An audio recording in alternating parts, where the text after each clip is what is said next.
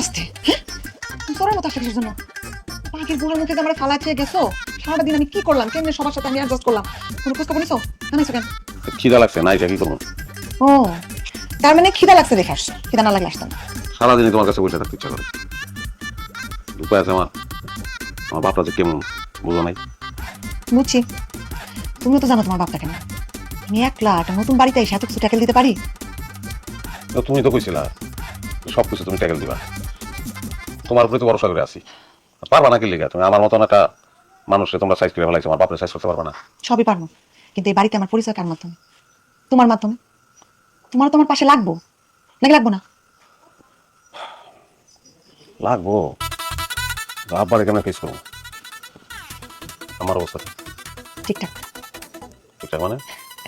মানে তার সাথে আমার খাতির হয়ে গেছে সে আমার এখন পক্ষের লোক সে আর আমি এখন ডুয়েট গান গাই তো কি গান গাইছো ফান্দে পড়িয়া বগা কান্দে রে কেটা বলছো আমি জি না তোমার আব্বা আব্বা হুঁচে এই গান শুনছে না তারা শোনাই শোনাই তো গাইছে কি করছো শুনে কি আর করবো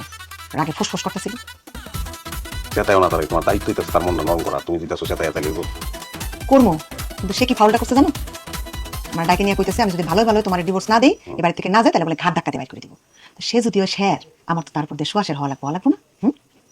আস্তে আস্তে সব কিছুই করবো যাতে মো ঠান্ডাও করবো তুমি কোনো চিন্তা করো না আমার জীবন আফসোস কি জানো কি কোনোদিন সবার সেরে পারলাম না না আমি বুঝতেছি জীবনে সবার সেরা অনেক দরকার আছে আচ্ছা ওই জানা আফসোস করা লাগবো না আমি শিখাই দিন কেন শেয়ারের উপরে সুয়াশের হওয়া লাগে ঠিক আছে